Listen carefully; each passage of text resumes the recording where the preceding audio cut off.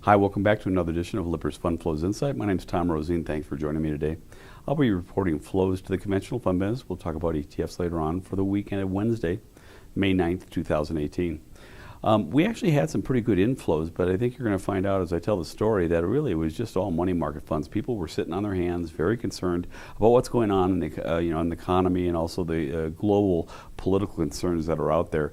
I think particularly people are looking at the idea that Trump actually took us out, the United States, out of the nuclear pact that was with Europe, U.S. and Iran, and basically, if you will, decertified, decided not to redo the deal.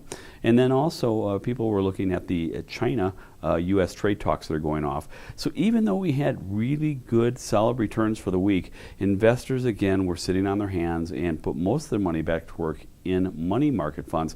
If we take a look at returns, the NASDAQ actually had a very handsome return for the week, 3.37% return, which is very handsome. But again, I think most investors are in defensive mode.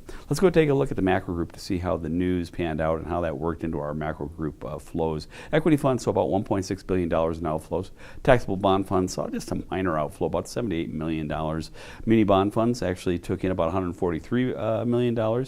And money market funds, again, that was the big attractor of assets. About $8.2 billion went into that group.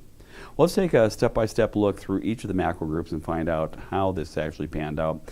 If we take a look at equity funds as the first group, we basically see that they had about a 1.82% return for the week.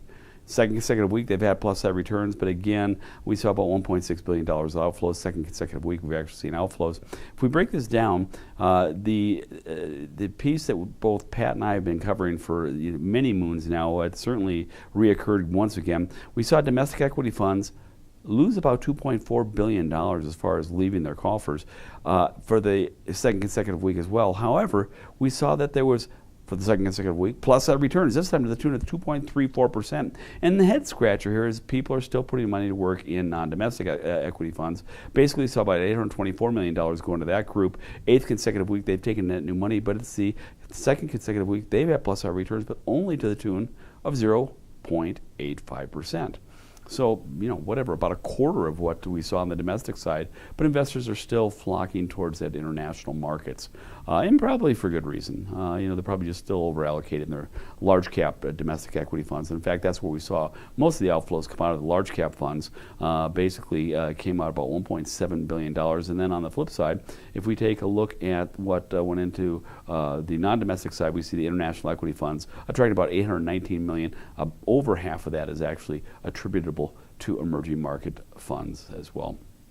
Well, let's go ahead and take a look now at the ETF side of the business and see what happened there. This fifth consecutive week, they've taken net new money, about $1.3 billion went into that group as far as equities go. And the iShares Core S&P 500 was the main attractor of investors' assets. About $4.5 billion was put back to work there by the investors in ETF qualified, if you will, investors that were authorized participants that were allowed to put money to work there. PowerShares QQQ Treasury Trust One basically saw money come to that group, about $1.3 billion. But at the very bottom of the barrel, we see the S&P 500 basically lose about $3.3 billion, and the iShares MSCI Emerging Market ETF lose about $1 billion as far as outflows go. So authorized participants weren't basically playing in that space any longer. Well, let's go ahead now and turn our attention back to taxable bond funds. And if we take a look at taxable bond funds, second consecutive week, they've seen outflows, but this time it was only $78 million. So this is, as I refer to it often, as a rounding error. Well, it's probably not a rounding error. Our numbers are very good. But again, it's not a lot to write home about. Second consecutive week, they've actually seen plus side returns about 0.18% this week. And the main attractor of assets, as has been over the last couple of weeks, by the way, international global debt funds actually took in about $578 million. Ninth week in 10 that we've seen flows go into that group. And corporate investment grade debt funds did manage to take in about $302 million.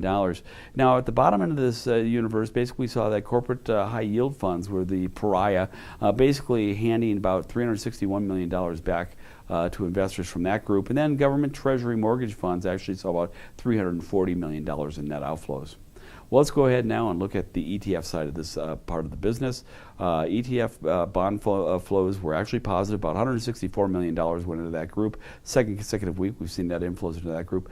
iShares 1 to 3 year Treasury bond fund ETF, despite the Treasury yield actually going above 3%.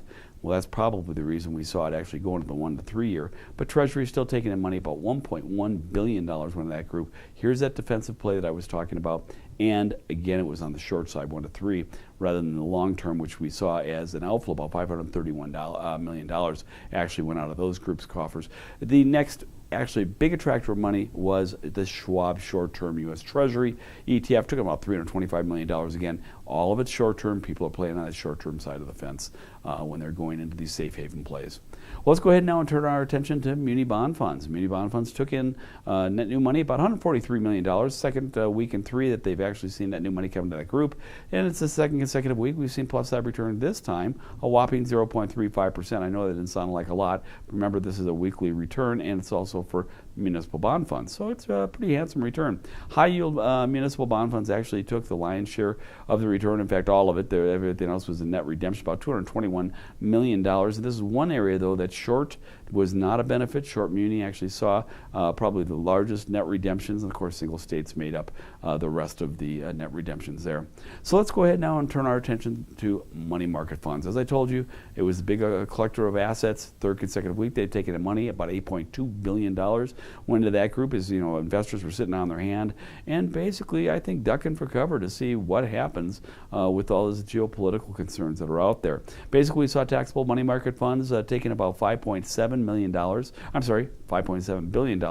And how that broke out is institutional funds took in about 3.8, while retail money market funds took in about 1.9, and tax-exempt money market funds took in about $2.5 billion. So all on the green side if we're taking a look at money market funds. Well, that's really it for us today. We did have some news that came out over the last 2 days. Basically, we saw that PPI and CPI both were up, but they were up lower than expected. So maybe not as inflationary concerns as maybe played out during the let's say the beginning of the weeks and the like. But it's still, if we take a look at the numbers, again, they were not as robust as analysts had expected. But it still does add to a little bit of inflation, and so people are going to keep their eyes on that particular news and how the bond market's going to behave on that. Well, if I haven't done a deep enough dive for you this week, you can actually go to our site at www.lipperusfundflows.com and do a deeper dive yourself. Or if not, you can join us next week where one of our analysts will talk about the flows trends for the week. Thanks for joining me. My name is Tom Roseen, wishing you the best in your wealth planning and creation.